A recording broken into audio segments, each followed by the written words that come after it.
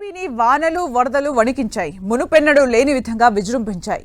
ఊళ్ళు నగరాలు అన్న తేడా లేకుండా అన్నింటినీ ఊడ్చేశాయి. ఏపీ వ్యాప్తంగా వరదల బీభత్సానికి 20 మంది చనిపోయారు. అత్యధికంగా ఎన్టీఆర్ జిల్లాలో 12 మంది ప్రాణాలు కోల్పోయారు. గుంటూరు జిల్లాలో 7గురు వరదలకు బలయ్యారు.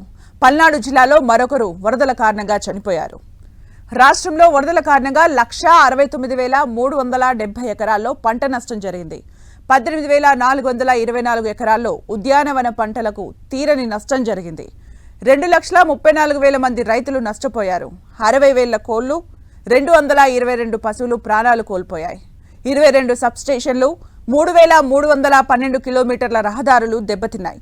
78 చెరువులకు కాలువలకు గండ్లు పడ్డాయి. ప్రస్తుతం 193 పునరావాస కేంద్రాల్లో 42,707 మంది ఆశ్రయం పొందుతున్నారు. వరద బాధితుల్ని ఆదుకునేందుకు 50 ఎన్డీఆర్ఎఫ్, ఎస్డీఆర్ఎఫ్ టీంలు రంగంలోకి దిగాయి.